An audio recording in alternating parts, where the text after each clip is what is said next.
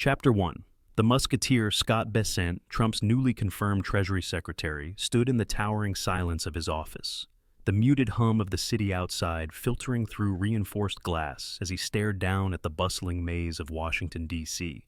A city built not just on monuments and ambition, but on secrets, power plays, and a bureaucracy so tangled it seemed designed to outlast every reformer who dared confront it. A Wall Street veteran with a reputation for precision and ruthlessness, Bessent had walked into this role with his eyes wide open. He wasn't naive. He knew change would be difficult. He had expected resistance. But what he hadn't expected, what truly stunned him, was the sheer scale of the waste. The duplicative programs, the hidden contracts buried under layers of legalese, the untouchable budgets on autopilot for decades. Every department was a kingdom, every committee chair, a gatekeeper. He sighed, pinching the bridge of his nose as the numbers blurred together in the glowing reports on his desk. He'd known it wouldn't be easy, but this was a war, and he was going to need an army. He understood Trump's frustration more clearly now. The president had long railed against the inefficiency of government, but even his bluster hadn't captured the full truth. When he appointed Elon Musk, visionary, iconoclast, chaos agent, as head of the newly minted Department of Government Efficiency, DOGE, it had seemed like a publicity stunt. The media had mocked it. Democrats had called it dystopian. But Bessent, standing amid the wreckage of fiscal insanity, was beginning to see the genius in it. Musk, with his knack for simplification, his hatred of dead weight, and his religious zeal for automation, was exactly what Washington needed, and exactly what it feared. DOGE wasn't just about slashing departments. It was about reimagining government in the digital age, streamlining supply chains, automating audits, building real-time data systems that tracked every cent, every policy impact, every public interface. The bureaucracy didn't stand a chance if it didn't evolve. And the IRS, the creaking beast within Bessent's domain, was perhaps the biggest challenge of all. With legacy systems still running on COBOL and contracts that hadn't been renegotiated since the Clinton era, it was a digital wasteland wearing the costume of relevance. Reforming it would take more than a sharp mind and a spreadsheet. It would take someone who lived in the language of code and networks, someone who could dismantle a system while navigating the labyrinth of federal law. Enter Korkos. The name had come across Bessent's desk earlier that week, scribbled in the margin of a DOGE briefing prepared by Musk's team. He'd heard of the guy in passing, Alex Korkos, technologist, crypto-obsessive, and the architect behind several decentralized auditing platforms used by private financial firms to clean up their internal operations. A coder with the instincts of a policy hacker, someone who could look at a 4,000-page budget report and see not just waste, but patterns, opportunities for disruption. Korkos had spent the past few years working quietly on tools that could algorithmically track federal contract efficiency and detect anomalies in government payments before they hit the books. He didn't wear suits, he didn't network on K Street, but he had something better: results. Bessent sat down, sipped his now lukewarm coffee, and made the call. If Washington was a machine built to protect itself, then Korkos might just be the wrench to jam into its gears and the key to building something better in its place. Because if they were going to burn out the rot, digitize the mess, and make government lean and honest for the first time in generations, Bessent needed more than accountants and policy aides. He needed insurgents, quiet ones, smart ones, people who didn't flinch at complexity or blink at pressure, people like Korkos. The Treasury Secretary leaned back, watching the Capitol in the distance, and allowed himself the faintest smile. Let the fight begin. Chapter 2. The DOGE. Bro. Anthony Tony Korkos was a name unknown to most Americans, a ghost in the corridors of power, but a rising legend among a tight-knit digital vanguard of tech entrepreneurs, crypto purists, and libertarian bloggers who saw in him a kind of rogue prophet. Young, sharp, irreverent, and unapologetically blunt, Korkos wasn't a product of Washington's Ivy League grooming or think tank pedigrees. He was a Doge bro, a title he wore proudly, half mocking, half reverent. To him, it represented the collision of tech audacity and government reform, the point where inefficiency met a flamethrower.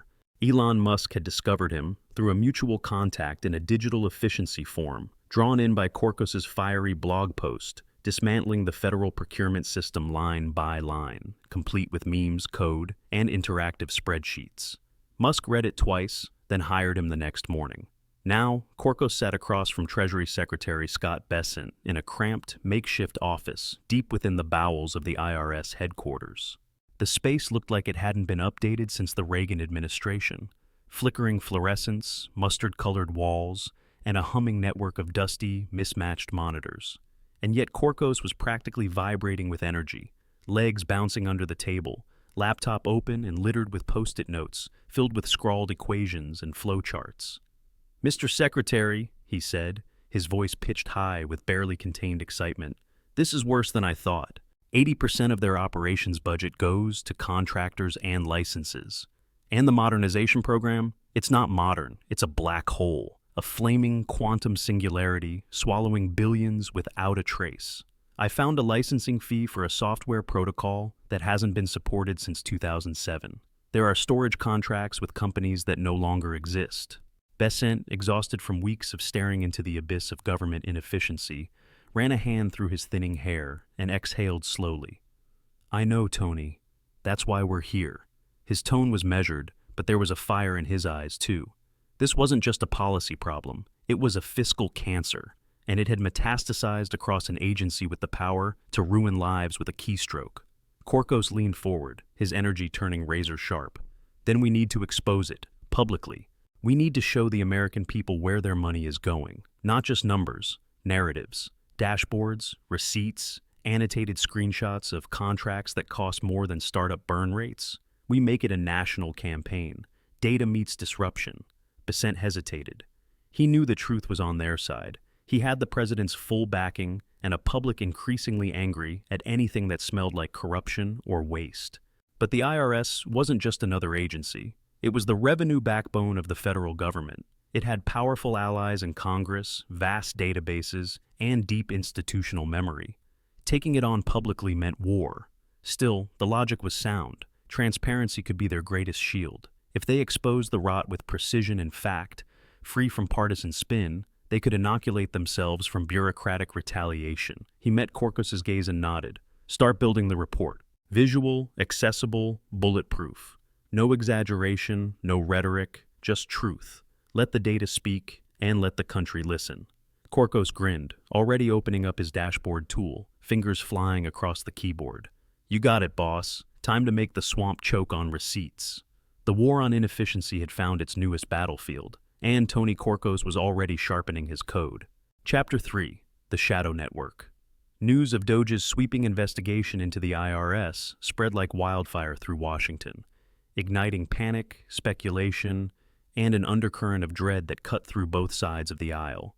What had begun as a quiet audit spearheaded by Korkos and backed by Treasury Secretary Bessent suddenly became a cultural and political earthquake. The reports that leaked were devastating. Contracts worth billions, buried systems decades out of date, sweetheart deals with third-party vendors who had provided nothing but delay and bloat. And behind it all stood Elon Musk, publicly silent but privately coordinating every move like a grandmaster, and President Trump, using the revelations as fodder for his relentless campaign to expose the swamp.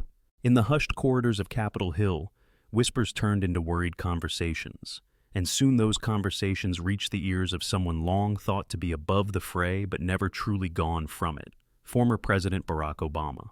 Retired from elected office but still wielding immense influence, Obama watched with growing alarm from his Washington, D.C. home, the shadows of his administration's legacy flickering on every news report. He understood the optics. He saw the moves before they landed. DOGE wasn't just about government efficiency. It was a systematic dismantling of the administrative state, a direct assault on the mechanisms that progressive governance relied upon to function. The IRS wasn't just a tax agency, it was the cornerstone of the state's ability to enforce economic justice, to redistribute wealth, to ensure the wealthy paid their share. And now it was under siege. Musk and Trump were wielding transparency like a scalpel, slicing into the system and making it bleed. Obama picked up the phone. He began calling his allies, not with panic, but with precision. First was Kamala Harris, the once rising star turned political enigma. Ambitious, shrewd, and still hungry for relevance, Harris understood immediately what was at stake. This is about more than tax policy, Obama said. This is about the soul of the post-war American order. If they can do this to the IRS, they can do it to anything. Harris, sensing an opportunity to reframe her narrative and reassert her place on the national stage, readily agreed to help. She began crafting public statements, op-eds, and social media campaigns, decrying DOGE's reckless crusade as an effort to shield billionaires and hobble public services. Next was Hakeem Jeffries, the House Minority Leader and a master of legislative maneuvering. If Harris was the face, Jeffries would be the force. Obama's pitch was clear. Trump and Musk were undermining the federal government's ability to collect taxes from the wealth and powerful under the guise of transparency. This wasn't reform, it was a con. They're defunding the IRS without ever voting on it, Obama warned. They're crippling its ability to enforce the law. That's not a budget issue, that's a constitutional one. Jeffries didn't need convincing. He had already seen how Musk's digital army, paired with Trump's political capital, had steamrolled opposition to DOGE's formation. Now they were using their victory as a battering ram. Within days, Jeffries began laying the groundwork for a legal challenge, quietly coordinating with Democratic attorneys general, constitutional scholars, and federal judges who had long feared an executive branch that could weaponize reform to eliminate oversight. The narrative came together quickly, crafted with the deftness of seasoned political operatives. Harris took to the airwaves, hammering the message with relentless precision. This isn't about waste, it's about wealth. It's about making sure the richest Americans never face consequences. Trump and Musk are burning down the house to protect their billionaire friends. And the people who will suffer? Teachers, nurses, veterans, small business owners, working families. Jeffries followed with a press conference on the Capitol steps, flanked by members of the Progressive Caucus. The Constitution is clear, he said. No agency, especially one as critical as the IRS, can be gutted through executive fiat and backdoor audits. We will not allow the rule of law to be subverted under the banner of efficiency. What had once been a policy dispute now became a national showdown between two visions of government, two interpretations of justice, and two forces unwilling to back down. On one side stood Trump and Musk, branding their effort as liberation from government rot. On the other stood Obama's chosen heirs, rallying to preserve the very system they'd built their legacies defending. The fight was no longer just about taxes. It was about the future of American power. Chapter 4. The Musk Gambit. While Obama, Harris, and Jeffries were deep in strategy sessions, crafting legal arguments and public talking points to defend the embattled status quo, Elon Musk was already 10 steps ahead, playing an entirely different game. One he had mastered long before any of them realized they were even on the board. Musk understood instinctively that the real battle wouldn't be won in a courtroom filled with legalese and procedural brinkmanship. It would be decided in the raw, unfiltered arena of the court of public opinion. Washington spoke in legal citations and carefully worded press releases. Musk spoke in memes, charts, receipts, and blunt, irreverent truths that went viral before a congressional staffer could finish writing a policy brief. Armed with his social media empire, now encompassing not just X, formerly Twitter, but a constellation of digital platforms, influencers, and AI-driven content engines, Musk unleashed a relentless campaign. He began by dissecting the IRS's massive budget, line by line, using data visualizations and interactive dashboards to highlight everything from outrageous IT contracts and six-figure salaries for compliance consultants to entire sub-agencies still running on software from the 1980s. It wasn't just bureaucracy, it was self-parody. Musk's posts, often sarcastic and cutting, reached millions within seconds, sparking outrage not just among die-hard conservatives, but among disillusioned independents and even a few traditionally liberal voters who were appalled by the waste. "Here's your tax return processing center," one viral post read, alongside a grainy photo of a warehouse filled with unopened paper returns and fax machines. "Welcome to the future of your money." At every turn, Trump amplified the campaign with his own signature style, charging into the fray with rallies, televised addresses, and a media blitz of slogans and sound bites. "The IRS is a disaster," he shouted to roaring crowds in battleground states. "The swamp is deep. We're draining it, folks. We're draining it." He used the data Musk fed him to hammer away at what he called the tax tyrants, accusing Democrats of hiding behind red tape, while average Americans got audited for forgetting a 1099. Together, Trump and Musk became an unstoppable tandem. Musk with the facts and the flair, Trump with the fury and the fan base. But Musk knew that viral outrage would only go so far. They needed more than public anger. They needed proof, undeniable, unspinnable evidence of corruption and abuse that would leave even their most vocal opponents scrambling for cover. That's when he turned to the one person he trusted to find it, Tony Korkos. "Dig deeper," Musk instructed in a private encrypted message. "We need the smoking gun." Korkos didn't hesitate. Already neck-deep in IRS code repositories and contract databases, he doubled down, setting aside everything but the hunt. He pulled metadata from financial spreadsheets, cross-referenced vendor payments with employee travel logs, and hacked together a data-sifting AI nicknamed Chomper, designed to detect duplicative billing patterns and unusual routing and reimbursement chains. What he uncovered sent chills down his spine. There were signs of systemic abuse, contracts awarded to shell companies tied to former agency officials, expense reports masking luxury travel as compliance training, and, most damning of all, a whistleblower cache of internal emails from a senior IRS procurement officer joking about recycling budget lines through safe contractors to avoid scrutiny. One email ended with the phrase, "What they don't know can't hurt our pensions." Another referenced running the overtime clock before DOGE bots flag it, an apparent nod to Musk's watchdog software already scanning the system. Korkos assembled everything into a bombshell dossier, time-stamped, annotated, and legally sound. When he handed it off to Musk, he said simply, "They knew we were coming, and they were laughing about it." Musk didn't laugh, he posted. And when he did, the country listened. The smoking gun was real, and it was loaded. The next phase of the war had begun. Chapter 5. The Deep Dive, Korkos, fueled by an unholy combination of caffeine, adrenaline, and a burning desire to expose the rot at the heart of the American tax system, plunged even deeper into the IRS's digital labyrinth. Days blurred into nights as he camped out in his secure workroom, surrounded by monitors streaming terabytes of procurement data, email archives, and obscure system logs. Every new discovery only sharpened his focus. It wasn't just waste anymore, it was malfeasance. Hidden within encrypted archives and off-the-books accounts, he uncovered a shadow network of shell corporations set up to funnel funds through layers of plausible deniability. These entities, often disguised as technical consultants or vendor partnerships, were little more than pass-throughs for massive sums of taxpayer money, laundered into offshore accounts and recycled back into luxury properties, campaign contributions, and cushy jobs for former officials. What he found next hit even harder, a pattern of procurement and enforcement decisions that weren't just unethical, they were criminal. Lucrative IRS contracts had been awarded in exchange for bribes. Mid-level officials were caught on wire transfers accepting kickbacks to approve inflated invoices. Multiple auditors had been reassigned or fired after attempting to flag irregularities. Internal memos hinted at a culture of silence. Play the game or get reassigned to Delaware. But that wasn't all. Buried in a classified audit database, Korkos found something far darker, evidence that the IRS had been weaponized.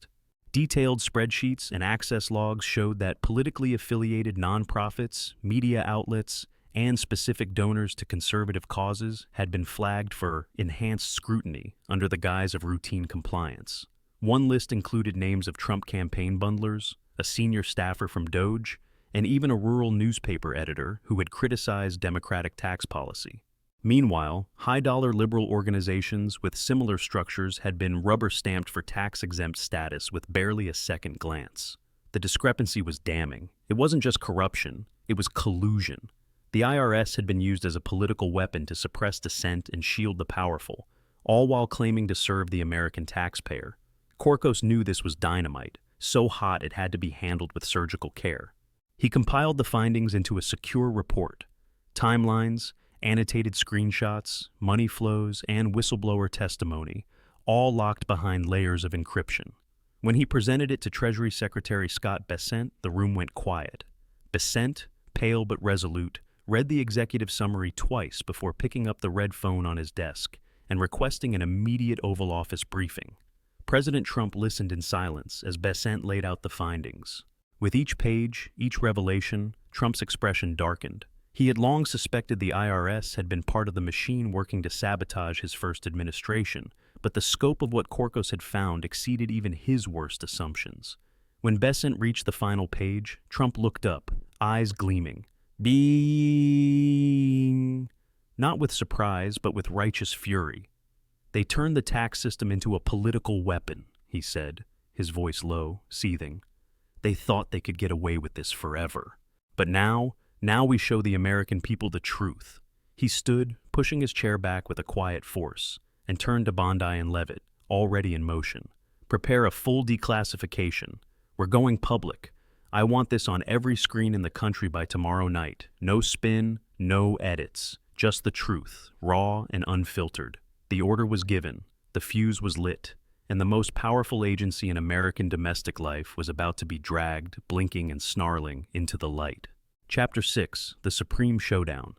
The release of the information triggered a political earthquake, the likes of which Washington hadn't seen in decades. Within minutes of the Trump administration's coordinated data drop, raw documents, whistleblower transcripts, financial records, internal IRS communications, every major network went into wall-to-wall coverage. The media was in a frenzy, dissecting every detail, every accusation, every dollar misspent, and every political opponent allegedly targeted.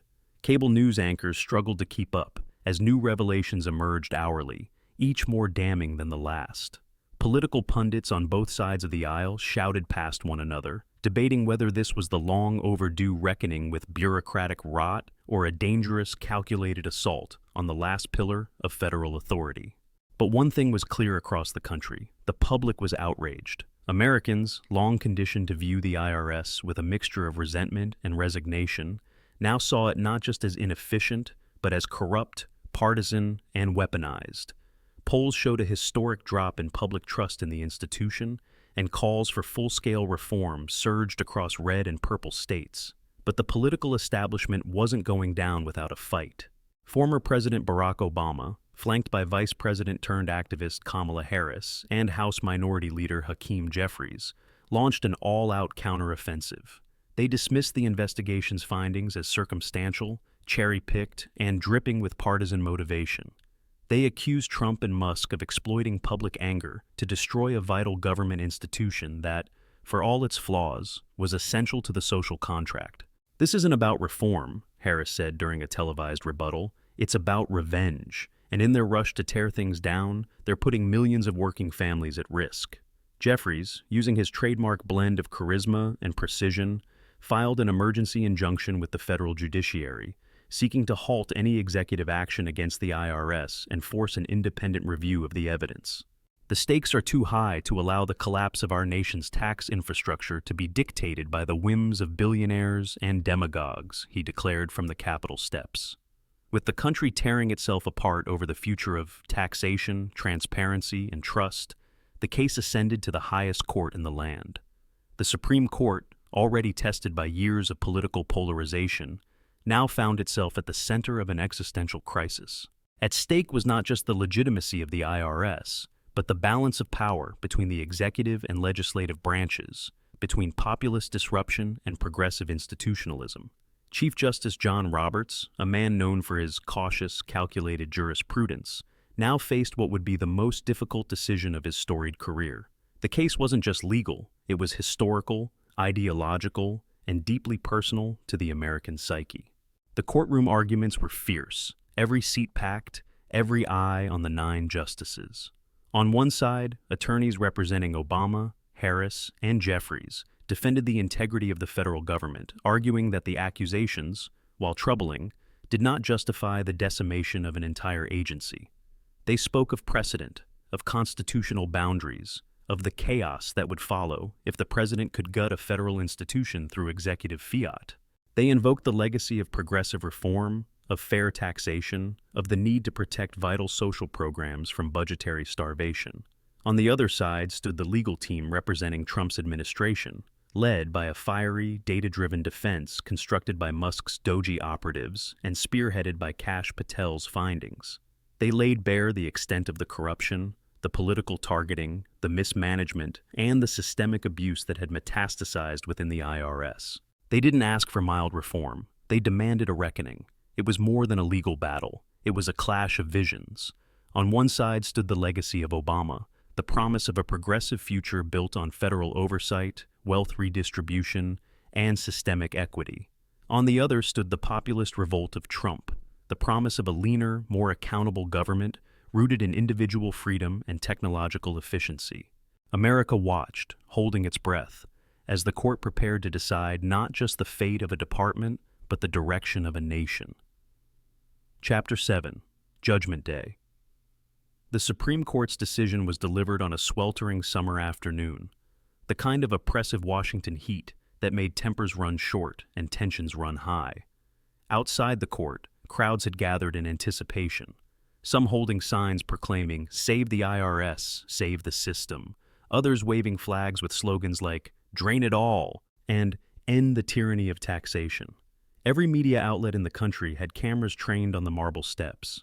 Inside the chamber, the tension was suffocating. Lawmakers, reporters, White House staffers, and members of the public packed every seat, eyes locked on the robed figures seated at the bench. At the center sat Chief Justice John Roberts, flanked by his colleagues, his normally impassive face carrying the unmistakable weight of the moment. Roberts adjusted his glasses, cleared his throat, and began to read. His voice was calm but grave, the silence in the room amplifying each word as if the walls themselves were listening. In the matter of Jeffries et al. V. Department of Government Efficiency, this court finds that the plaintiffs have failed to demonstrate standing to bring this suit. A rustle went through the gallery, but Roberts didn't pause. Furthermore, the court finds that the actions of the Department of Government Efficiency are within the bounds of its authority, as delegated by the executive and upheld by Congress through existing statutory frameworks. There was a long, stunned pause, then a collective gasp. The IRS was defunded. The words weren't said explicitly in the verdict, but everyone understood what it meant. The last and most significant legal barrier had fallen. The decades-old agency, once untouchable, once feared, had been gutted by executive authority, with the Supreme Court affirming its legality. The ruling not only validated DOGE's sweeping reforms, but signaled a seismic shift in the relationship between the American people and the machinery of government. In a single sentence, the court had put an end to one of the most powerful institutions in federal history. Outside, cheers erupted from one side of the plaza, while cries of despair rose from the other. Protesters collapsed to their knees, holding signs that now felt like tombstones. Supporters broke into chants, waving flags and pumping fists into the air. Cable news anchors scrambled to parse the implications. Pundits stumbled over their talking points, and social media exploded with fury and celebration in equal measure. Inside the White House, President Trump watched the live feed from the West Wing. As the words left Roberts' mouth, he turned to Elon Musk, who stood silently by his side, arms crossed. Trump's grin was slow, but electric. "We did it," he said. "The swamp just lost its deepest monster." Musk nodded, expression unreadable. "Now we build something better." History had been made. The IRS was no more. The future had arrived. Epilogue. The new dawn. The aftershocks of the Supreme Court's decision reverberated across every corner of the American political landscape. In Washington, the ruling was more than a legal verdict. It was a paradigm shift, a toppling of one of the government's oldest pillars. For the progressive establishment, it was a humiliating defeat. Former President Barack Obama, who had personally helped coordinate the legal challenge, found his once untouchable post-presidency now clouded by questions about judgment and overreach. Kamala Harris, who had hoped to revive her political career through a bold defense of institutional integrity, instead became a lightning rod for criticism, her every soundbite dissected, her motives questioned, her poll numbers plummeting.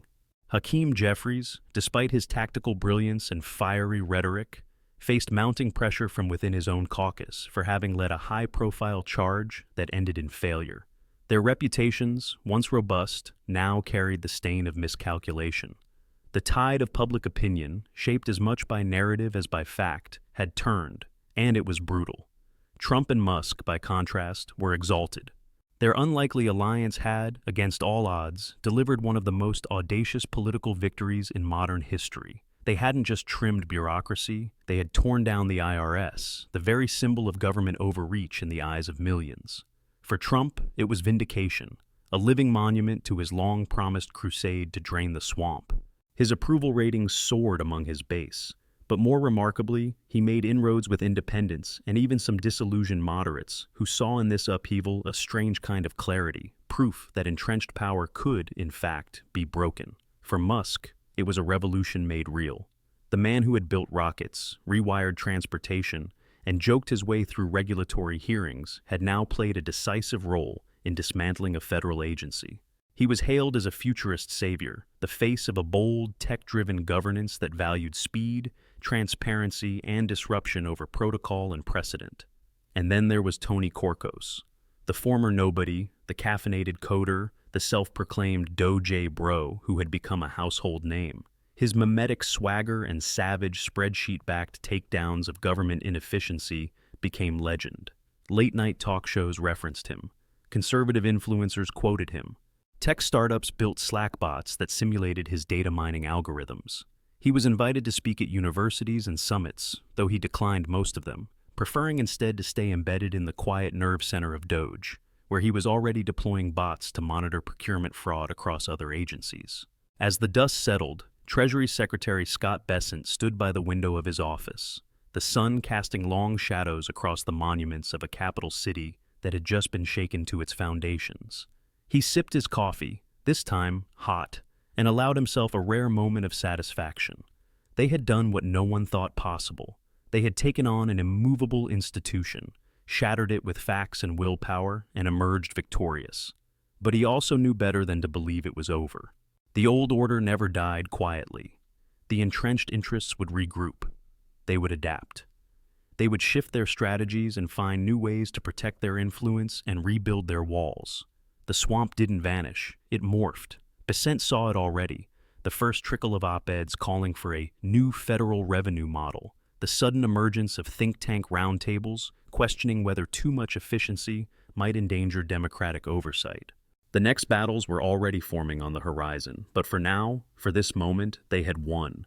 They had cracked the foundations of a leviathan and struck a blow against the machine. The people had seen behind the curtain. They had witnessed corruption and they had chosen revolution. And somewhere, maybe in a Tesla office humming with servers, or aboard a Gulfstream skimming toward the next innovation summit, Elon Musk was already sketching the outlines of the next great upheaval.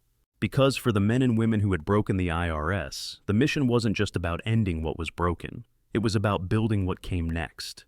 And they were just getting started.